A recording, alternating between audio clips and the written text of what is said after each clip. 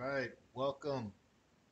We are live on the Life in Transitions Experts YouTube channel, Facebook group, also live here on Instagram with some content that I hope will help you in your journey if you are experiencing or going through probate as the personal representative, sometimes called the fiduciary, executor, administrator.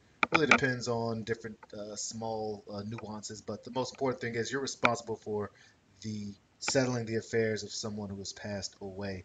And at the Life and Transitions Experts channel, it's one of the things we're focused on helping people through some of the biggest transitions in life. And as the owner of Estate Pro Service LLC, I am a certified probate property specialist, which means I help people make the probate and estate planning process easier while creating income and wealth primarily through real estate.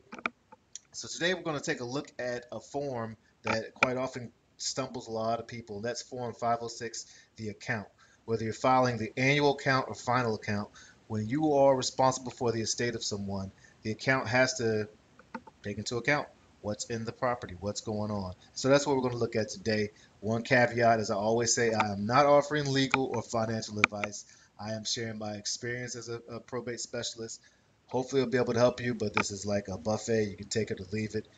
Feel free to reach out to me if you want more support. Again, it's non-legal support, but again, it's hopefully will help point you in the right direction. I always encourage folks to seek legal representation, and I have tons of great friends and skilled, caring state professionals who are here to support you, regardless of what state you're in.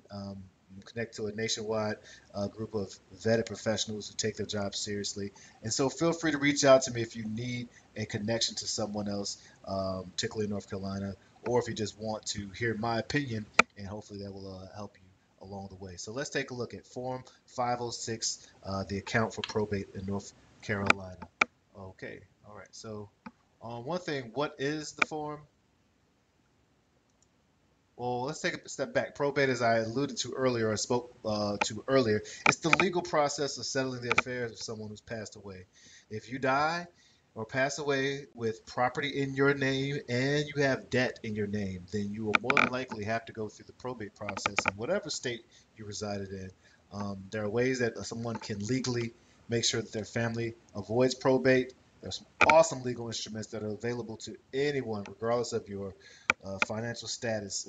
Again, reach out to me as well. I can connect you to some of those partnerships I have and give you some discounts on those awesome documents like a trust, and making sure you have your beneficiaries designated on your accounts, all that good stuff. That's for a different. I've done tons of content on that, so feel free to look at that in the past on my YouTube channel if you are inclined. But if someone hasn't done that, then there has to be a legal way to rectify that. That's the probate process. So Form 506. Form 506 is the account. It's either the final account or the account, and it's really the purpose of that is to make sure that you have a detailed record of all the financial transactions. As the fiduciary, that's what it means. You are the financial agent. You're representing the estate, so you have a responsibility to put in and make sure it outlines all the assets, the income, the expenses, what's been distributed. This form helps with several things. Really, the main purpose um, of this is, let's see, I think I have a slide for it, is because they want to make sure there's transparency when you're selling the affairs of someone. There may be several stakeholders or many multiple stakeholders, including the state that you're involved in, and they want to make sure you're transparent. It's called the account. You're being accountable, or the estate's being accountable for the debt that it owed or the money that's been distributed. And it's also a way to verify that those things have been taken care of with the backup receipts that are provided. So those are really three important things as the personal representative that you're responsible for: being transparent, showing some accountability, and verifying all the financial status of that person. And that's Form 506 right there. If you look at it, it may seem a little intimidating, but one thing I encourage you to do is to go into NC courts, or NC courts is it called? Yeah, the North Carolina courts website, and look up the form that way, because they have already preset fields, so that when you start typing it in, it already calculates. You can download it yourself and do it yourself, and that will really test out your math skills. So I highly encourage you to use theirs. I do have a document as well, but again, I encourage you to use theirs because theirs is going to auto populate. And so you'll see in part more, it's really a summary of what's going on here. You'll take from the inventory, or if you've done a past accounting, because an account is responsible every 12 months, every calendar 12 months. You have to fill out an account for the estate if it stays open. Now, if you do the final account and probate's closed, of course, you don't have to do that anymore. But uh, you will use the number one, the subtotal from the inventory that was already filled out prior to this account, or the last number that's on the last account. Then, as you go on, well, I won't go through each of these steps, but they will start getting subtracted out based on what's been sold, what's been distributed. All this will automatically populate from the other sections of the account. But this is pretty much just a summary of how much is in how much was in it from last time, how much has been sold or lost, what are the receipts that you have, how much money was distributed, and how much money was or dispersed to people who have debts or owe debts or expenses, and how much was distributed to inheritors. So you disperse funds to people that have a claim of debt or expenses that are in the probate or in the estate, and you distribute to heirs. And this just you'll be using the inventory for the to complete the document if you have not already completed an annual account. Part two, it just really shows how much is still held. Well, how much money is still in the bank account if there's a bank, or is invested, or is in personal property.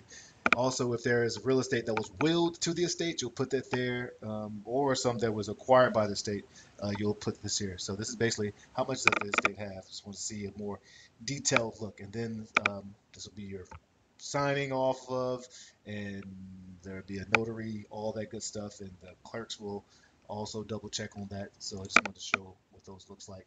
This is where the disbursements is. This is where you'll show, hey, UNC Healthcare was paid this much, this amount on this date, and you'll have backup forms or receipts that you'll share with that you can staple them together, make copies of, but make sure you provide proof. So make sure you keep a great record of all the money that you're paying off. This is also paying off the fees that cost you to do the probate, whether it's the attorney fees or other fees that are associated. All right.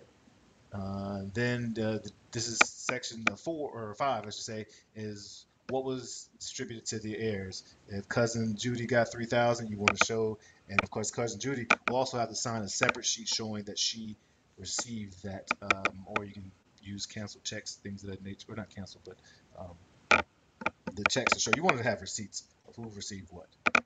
All right, that's pretty much the sum of it. If you want support, again, reach out to me. I'm the hub in the wheel. I can support you in many ways. You can actually sign up like a lot of people are doing for go to calendly.com, Estate Pro Service, and find a time for us to sit down and chat, or email me directly at Courtney at estateproservice.com. The reason I'm doing this is because I'm helping someone, and I've helped 3 people in the last week, particularly on account. So I figured, hey, maybe I need to put some more information out there since people are asking about it. Hope this is helpful to you.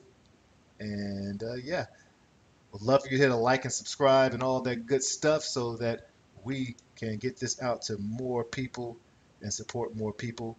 I want to also thank you for taking the time to listen to this, check in on this podcast. And this is the Life in Transitions Experts channel, LITE. Let your light shine. Cheers.